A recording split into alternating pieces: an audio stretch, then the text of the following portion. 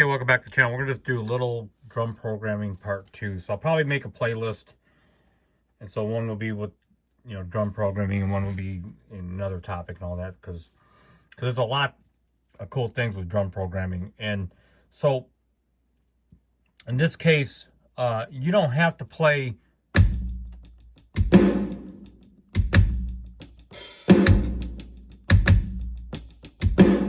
the drums all at one time. I do that a lot, but I do understand there's a lot of people out there that just don't do that kind of thing, and they want to program the beats, and so this video is about other alternatives. So what I'm going to do is I'm just going to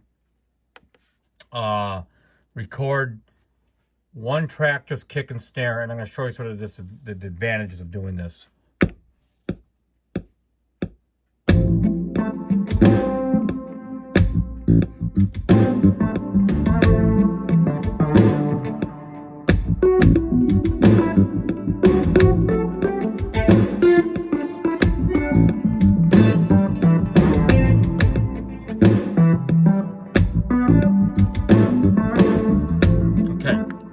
So that's just me doing kick, snare, kick, snare.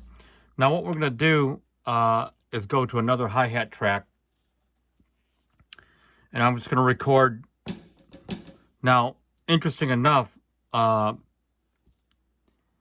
using the Model Silverado style drum set on here. And what I'm going to do, this is sort of the first advantage or alternative way. So in this case, not only am I going to do the hi-hat on another track, but I'm going to use a whole different kind of kit for the sound of the hi-hat. So this is sort of a real beefy shoulder. And so what I'm going to do is I'm going to do just a real consistent pattern of an 8th note tied into 2 16th notes. So it'll be, all right, and this is sort of one piece at a time.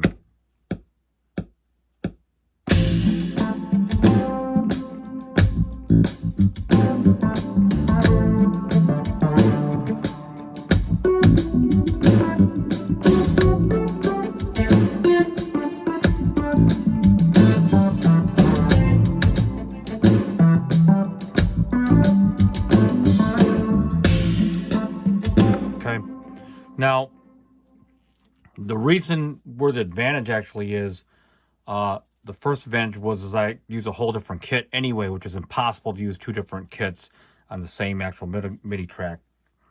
And the other advantage is if I go into a second hi-hat groove, right, I can go and play around with different, now this is using the Silverado hi-hats, and so now all I have to do is go into mute this track, and then go to the second track, and now I have two different style of drum beats, just because of simple hi-hat change. So listen to this.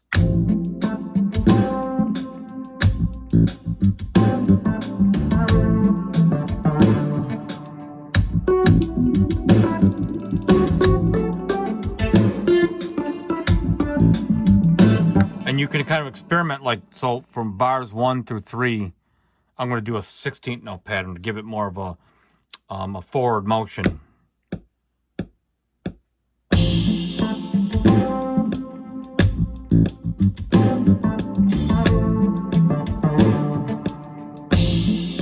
Okay, and I'll leave that little fill in there, so I'll go on bar 5, and I'm just using the Q links and using the loop record. So I'm going to go into here and do it. So here we go.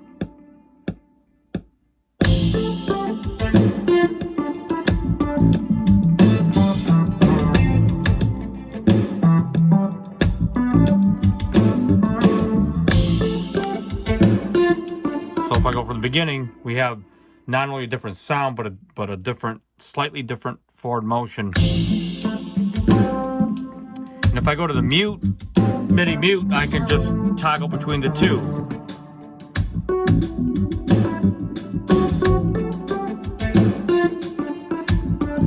Versus this.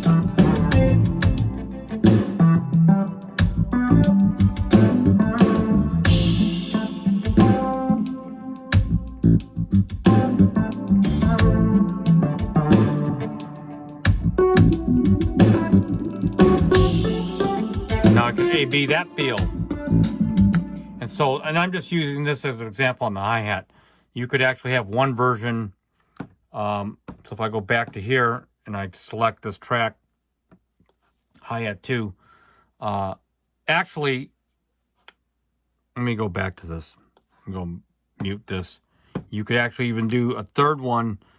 And in that sense, what you're basically doing is building your composition. So I'll call this Ride.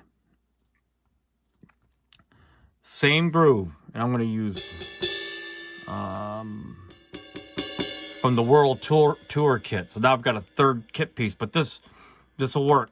So I'm going to go in here.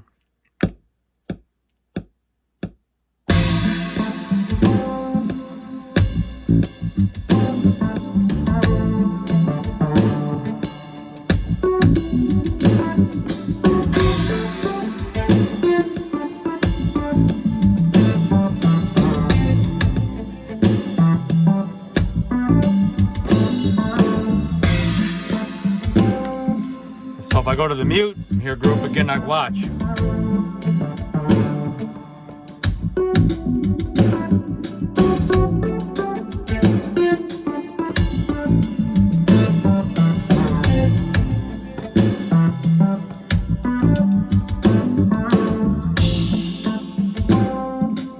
And that's just using the articulations of the ride and of course the hi-hat. And basically you can apply this form of recording anyway, just outside of drum programming. It could be like 3 different bass tracks, but in this case, because drum programming is really a hard thing to actually play all at one time. It's a skill set actually in its own discipline and all that. So that's just basic drum programming. So hopefully you can take these ideas and make them part of your workflow and improve on what you can do, and then you can come back and show me how to even do it better. Okay, so until next time, peace out.